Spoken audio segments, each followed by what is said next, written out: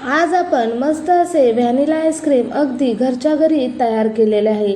इथे तुम्ही बघू शकता की किती छान असे असे आपले हे आईस्क्रीम तयार झालेले आहे. अगदी कमीत कमी साहित्यामध्ये आपण हे आईस्क्रीम तयार केलेलं आहे. अगदी मार्केटमध्ये विकत ज्याप्रमाणे मिळते त्याच पद्धतीचे आपले छान असे आईस्क्रीम आपण घरच्या घरी अगदी कमीत कमी साहित्याचा वापर करून इथे तयार केलेले आहे.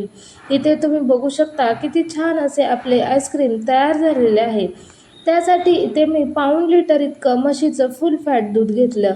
त्यातील 2 पळ्या इतकं दूध मी साईडला एका वाटीमध्ये काढून ठेवलेलं आहे. दूध गरम करून घ्यायचं आहे. तोपर्यंत आपण इथे 15-16 बदाम अर्धा तास गरम पाण्यात भिजत ठेवले होते, त्याचे साल काढून घेणार आहोत. तुमच्याकडे जर वेळ असेल तर तुम्ही रात्रभर जरी बदाम भिजत ठेवले तरी देखील चालेल. आपण जे दूध ठेवलेलं होतं त्यातील अर्धं दूध यामध्ये टाकून छान बदाम वाटून घेणार आहोत. आता हे दूध देखील आपण एक 4-5 मिनटं मस्त असं उकळवून घेणार आहोत. त्यामुळे आपली जी आईस्क्रीम आहे ती छान अशी तयार होते. आता 4-5 मिनिटांनंतर हे बदाम देखील आपण यामध्ये वाटलेले टाकणार आहोत आणि 1-2 मिनटं छान असे या दुधामध्ये हे बदाम उकळवून घ्यायचे आहेत. इथे तुम्ही बघू शकता की आपलं दूध देखील छान असं हे तयार झालेलं आहे. आता आपण दिलेलं जे वाटीतलं दूध उरलेलं होतं त्यामध्ये इथे मी 2 चमचे इतकी व्हॅनिला कस्टर्ड पावडर यामध्ये टाकलेली आहे. इथे जर कस्टर्ड पावडर नसेल तर तुम्ही इथे कॉर्नफ्लॉवर देखील या ठिकाणी वापरू शकता. त्यापासूनही देखील छान असं आपलं आईस्क्रीम तयार होतं. आता ही कस्टर्ड पावडर या दुधामध्ये मस्त अशी मिक्स करून घ्यायची आहे.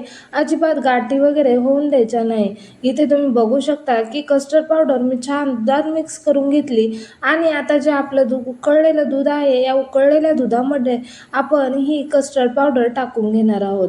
आता यानंतर एक 2-3 मिनटं छान असं हे मिक्स करून छान इथे आपण गॅसवरच आणखीन हे दूध उकळून घेणार आहोत.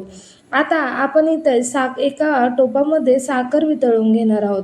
इथे मी अर्धी वाटी इतकी साखर घेतली. साखर तुम्ही तुमच्या आवडीप्रमाणे कमी जास्त करू शकता.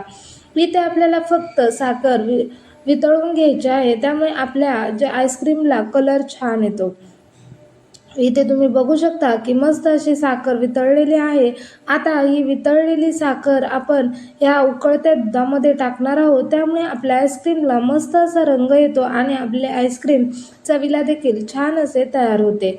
इथे तुम्ही बघू शकता या उकळत्या दुधामध्ये मी हे साखर टाकून घेतलेली आहे. मस्त असं हे 1-2 मिनटं छान असं मिक्स करून घ्यायचं आहे. इथे आपलं जे हे मिश्रण आहे हे छान असं आईस्क्रीमचं तयार झालेलं आहे.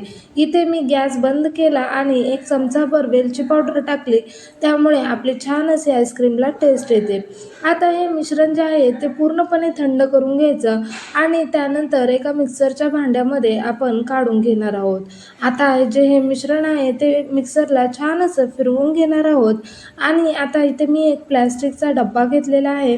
या डब्यामध्ये मी हे आईस्क्रीम सेट करणार आहे. तुम्ही याऐवजी ग्लासचा वापर करू शकता किंवा एखाद्या स्टीलचा वापर देखील करू शकता. आता याच्यावर मी ते एक प्लॅस्टिकचा कागद लावलेला आहे. याऐवजी तुम्ही फॉईल पेपर किंवा बटर पेपर देखील लावू शकता. यामुळे आपल्या आईस्क्रीममध्ये आईस क्रिस्टल्स तयार होत नाहीत आणि आपलं आईस्क्रीम देखील छान असं तयार होतं.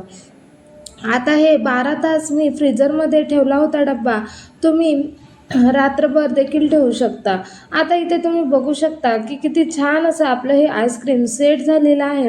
अजिबात यामध्ये आईस क्रिस्टल्स वगैरे तयार होत नाही. मार्केटमध्ये ज्याप्रमाणे मिळतं त्याच पद्धतीचं मस्त असं आपलं हे आईस्क्रीम इथे तयार झालेलं आहे. अगदी सोप्या पद्धतीने मस्त असं आपण हे आईस्क्रीम तयार केलेलं आहे. तुम्हाला हा व्हिडिओ आवडला असेल तर व्हिडिओला लाईक करा आणि चॅनेलला सबस्क्राईब करा. इथे तुम्ही बघू शकता की किती छान असं एका पळीच्या मदतीने मी हे आईस्क्रीम एका वाटीत काढून घेतलेलं आहे. मस्त असं आपलं हे आईस्क्रीम तयार झालेलं आहे. अगदी सोप्या पद्धतीने कमीत कमी साहित्यामध्ये अगदी मार्केटपेक्षाही भारी चवीचं मस्त असं आपलं हे होममेड व्हॅनिला आईस्क्रीम इथे छान तयार झालेलं आहे.